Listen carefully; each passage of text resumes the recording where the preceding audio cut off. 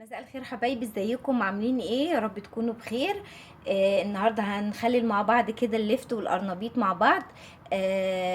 بتكه جديده كده هقول لكم عليها، انا بعملها وبيطلع معايا حلو كويس، فقلت اقول لكم عليها.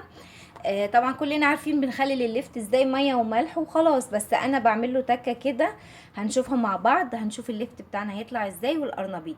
بص يا حبايب قلبي، انا عندي هنا لفت اهوت مقطعاه بالقطاعه اللي هي ديت، المشرشره ديت اهي. خلاص. ومعايا نقعاه طبعا في الميه قبل ما اقطعه، نقعته في الميه من بالليل لتاني يوم الصبح، وبعد كده قطعته وعملته تاني لانه بيبقى مليان كميه طينه. مش قادره اقول لكم، يعني كل شويه اغير، كل ما ادخل المطبخ اغير عليه الاقي الميه فيها طينه.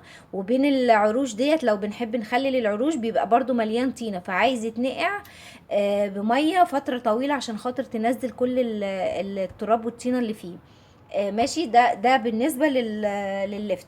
بالنسبه للقرنبيط لازم اقطعه يبقى صغير كده. انا معايا واحده اهي سايباها اقطعها معاكم. بصوا.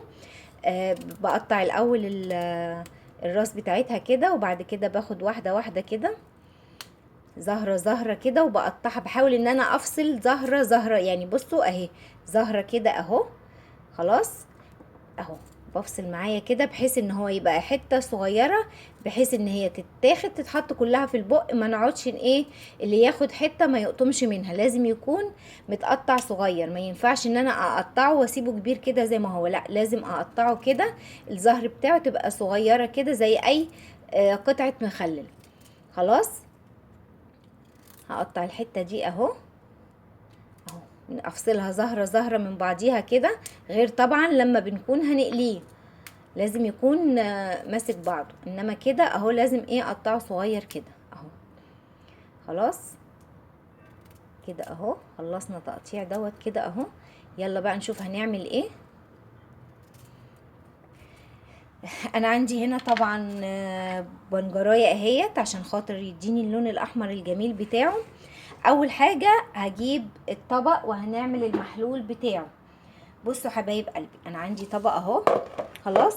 وعندي الملح الخشن. طبعا كلنا عارفين الملح الرشيد الخشن ده بيبقى حلو جدا للمخللات. انا هاخد منه كده اهو. الكاميرا كده عشان تشوفوا اهو. خلاص. هاخد منه حوالي 8 معالق من الملح ده اهو. بسم الله اهو.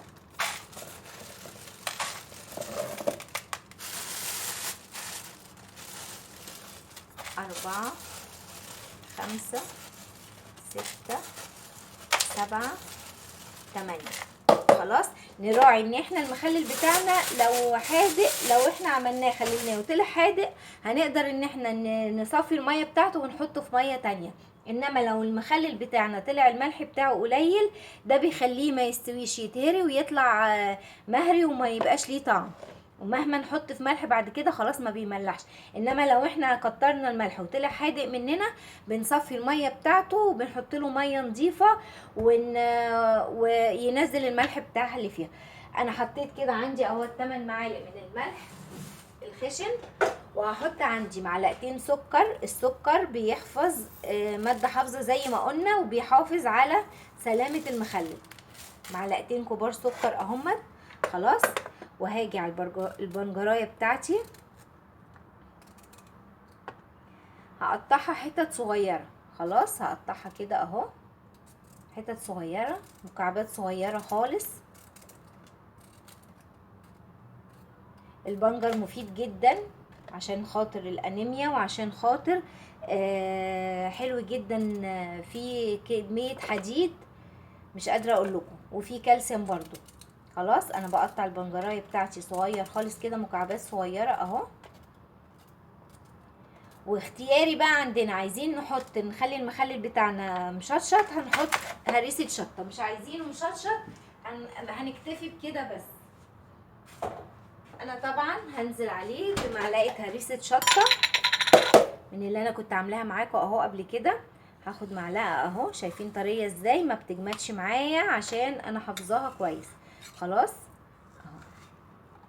خدت معلقه هريسه شطه اهو. عندي بقى مش هحط ميه من الحنفيه. الليفت يا جماعه بيستحسن ان احنا نحط له ميه مغليه. انا عندي ميه من الكاتل اهو غلياها، شايفين سخنه خالص اهي. هحطها كده، هي دي اللي هعمل بيها المخلل. هحطه في ميه سخنه، مش هحطه في ميه من الحنفيه. خلاص اهو. هدوب بقى كده المحلول بتاعي اللي هسقي بيه، هدوبه كويس قوي. الميه السخنه كده كده هتخلي الملح عندي والسكر يدوب. خلاص اجيب بقى اركن دي على جنب بقى كده، وبعد كده هنزود ميه. لو احتاجنا ميه هنزود ميه. هجيب بقى عندي كده طبق كبير اهو، وهقلب فيه طبعا انا نقعاه اللفت اهوت، نقعاه في ميه. ميته زي ما انتوا شايفين نضيفه خالص اهو، عشان نقعته كذا مره. هصفي بقى اللفت كده عشان يبقى عندي لفت على قرنبيط مع بعض. احط شويه كده من هنا وشويه من هنا عشان ايه، يختلط كله مع بعضه. واقلبه في طبق واسع كبير الاول، وبعد كده احطه في البرطمان. هخلص الكميه دي الخبطه على بعضه، ونرجع نشوف هنعمل ايه تاني.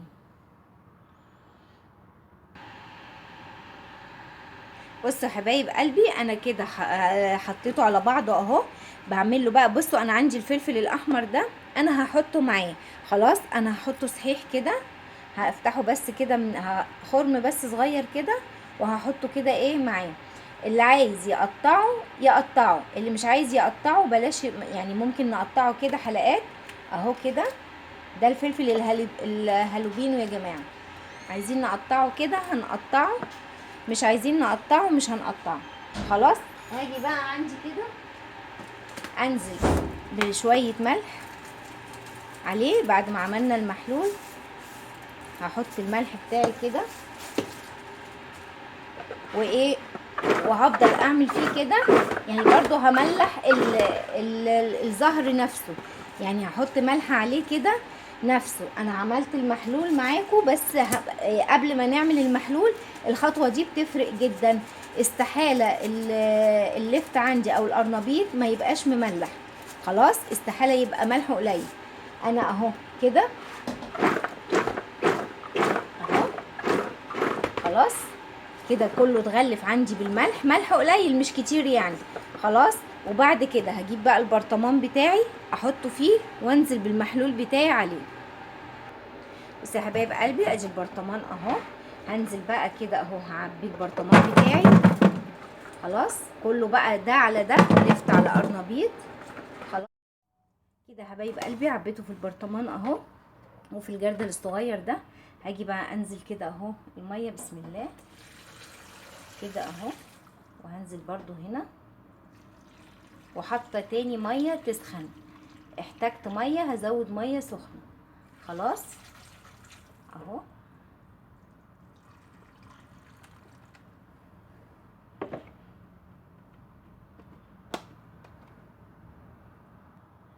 خلاص كده يا حبايب قلبي كده المخلل بتاعي جاهز اهوت.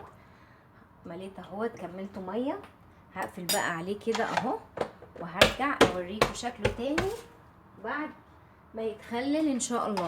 خلاص اهو هقفل عليه واركنه بقى تحت في المطبخ من تحت كده، وارجع اوريكم شكله بعد ما يتخلل ان شاء الله.